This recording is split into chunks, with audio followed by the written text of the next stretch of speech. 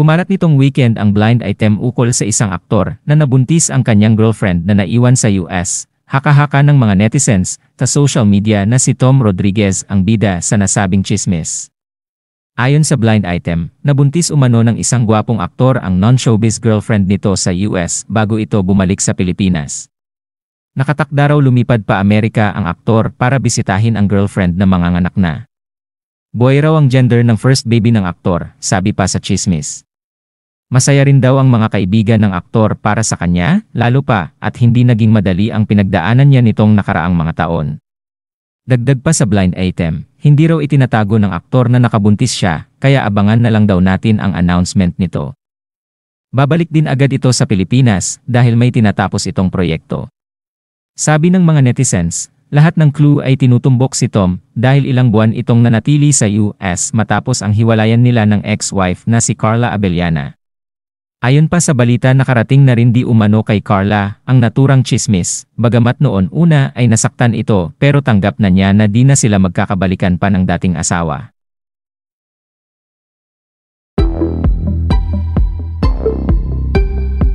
Ito po ay wala pang pangalan na nabablind item.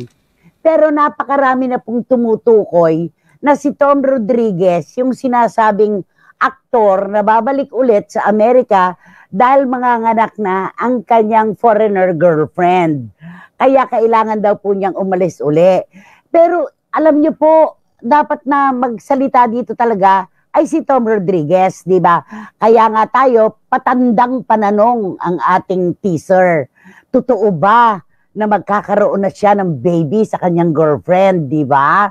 Alam mo ba, teaser pa lang ay pinalalabas si Silverio. Nag-text na kanina pa. Nay, good to know that Tom Rodriguez has moved on. Sana ganun din si Carla Abellana. Yun ang sabi niya. At eto, unahin ko lang po ito para wag tayo magkalimutan.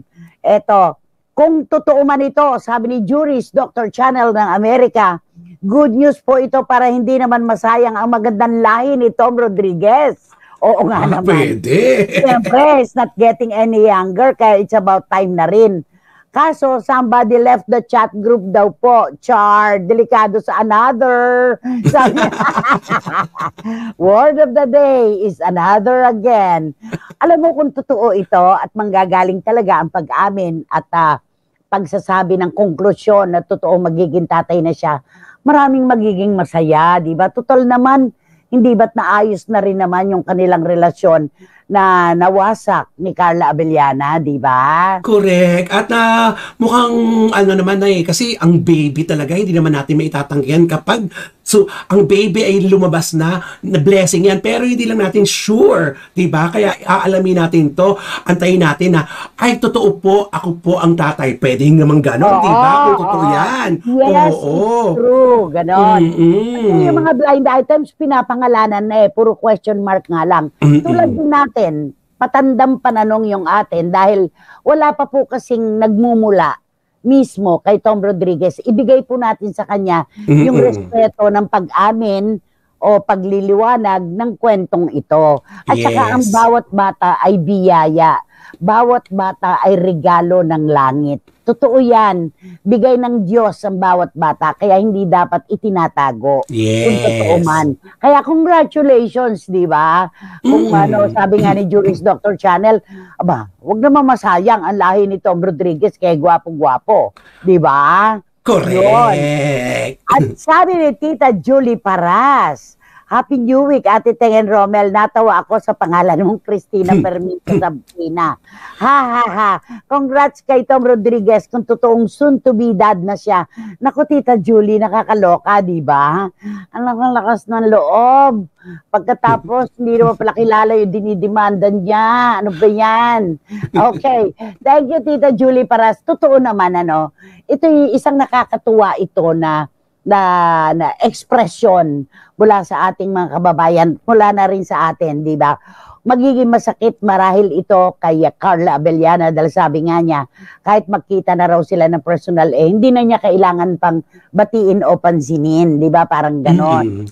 Ayun. At saka pareho na nakamove on na to, di ba? Na alam natin na nakamove on na sila dahil matagal na panahon naman na ito. Pwede na sigurong ang sa isa't isa ay nakapagpatawaran na. Hindi man lang sila nakapag-usap pero alam mo sa sarili, humupa na ang galit ng bawat isa sa isa't isa. Okay, ayan. Sabi ni Paulo Valdenavira Catanduanes, totoo man yan, for sure mapapasana all na lang.